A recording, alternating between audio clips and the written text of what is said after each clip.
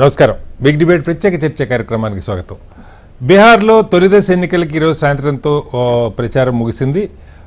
ఎల్లుండి 6వ తారీఖున తొలిదశ పోలింగ్ జరగనుంది.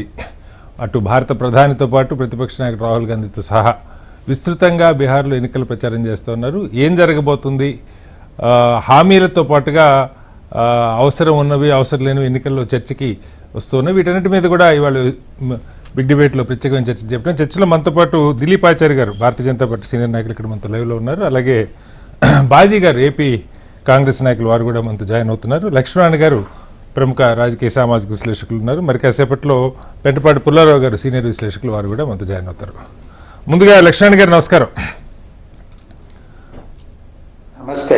లక్ష్మణ్ గారు, తొలిదశ అయిపోయింది, మనం చూస్తుండగానే తొలిదశ పోలింగ్కి వచ్చేసింది.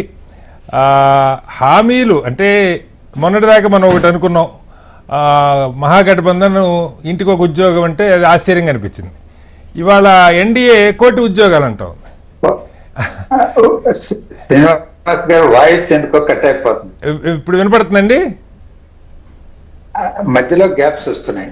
ఓకే, ఇప్పుడు మహాగఠబంధన్ ఇంటికి ఒక ఉద్యోగం అని ఒక హామీ ఇచ్చారు సార్.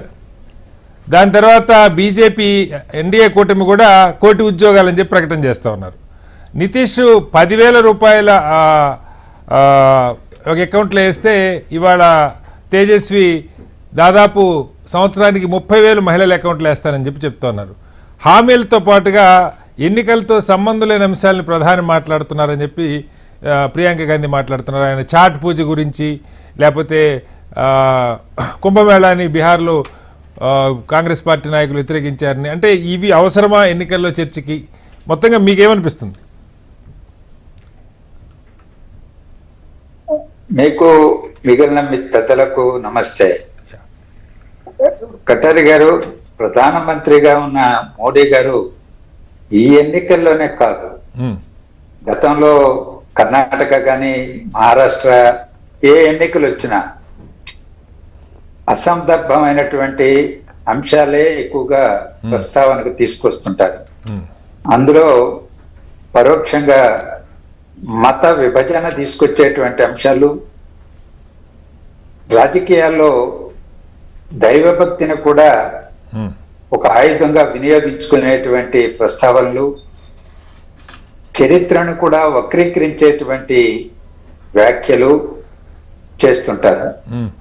ఈరోజు ఉదాహరణకి ఎలక్షన్ కమిషన్ ఈరోజు బీహార్ అనగానే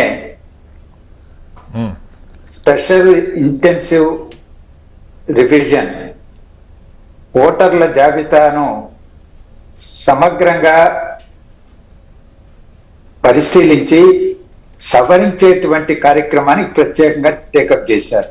ఓకే, నేపాల్ నుంచి, బంగ్లాదేశ్ నుంచి, మయన్మార్ నుంచి ఎక్కువ మంది వలసదారులు వచ్చేస్తున్నారు. వాళ్ళనందరినీ తొలగిస్తాం, పౌరసత్వ ప్రాతిపదికన అని చెప్పారు. ఈరోజు అయిపోయింది, సుప్రీంకోర్టు వరకు వెళ్ళింది, ఇవన్నీ నడుస్తున్నాయి తగాదా. ఎంతమంది ఆ జాబితా నుంచి తొలగించబడ్డారు ఇల్లీగల్ మైగ్రెంట్స్ పేరిట అని అంటే ఒక 9,500 మంది 7.5 కోట్ల ఓటర్లలో అది 0.00 ఒకటి ఉందో 2 ఉందో ఎంతో ఉంటుంది. కానీ ప్రధానమంత్రి గారు, అమిత్ షా గారు, మీకు వలసదారుల సమస్యను అడ్రస్ చేయాలి, మీకు వలసదారుల పాలన కావాలా, లేకపోతే సరైనటువంటి సుపరిపాలన కావాలా అనేటువంటి ధోరణిలో వ్యాఖ్యలు చేశారు.